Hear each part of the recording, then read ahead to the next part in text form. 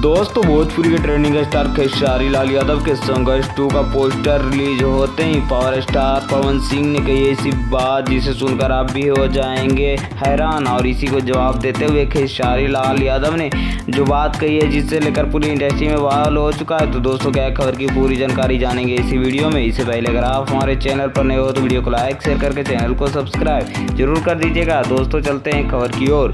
तो दोस्तों मैं आपको बता दूं कि आज से कुछ महीने पहले खेसारी लाल यादव का एक टीजर रिलीज हुआ था जिसका कि नाम है संघर्ष 2। संघर्ष 2 का टीजर रिलीज होते ही पूरी सोशल मीडिया से लेकर पूरी बॉलीवुड से लेकर पूरा साउथ इंडस्ट्री तक बवाल मच गया था।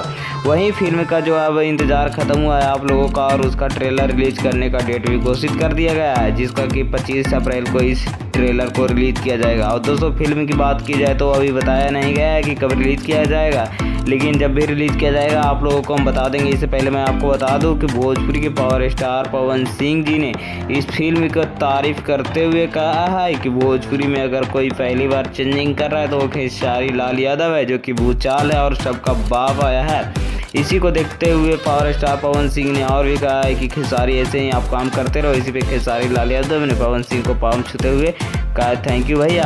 बाकी आप लोगों को ये वीडियो कैसा लगा कमेंट में जरूर बताइए।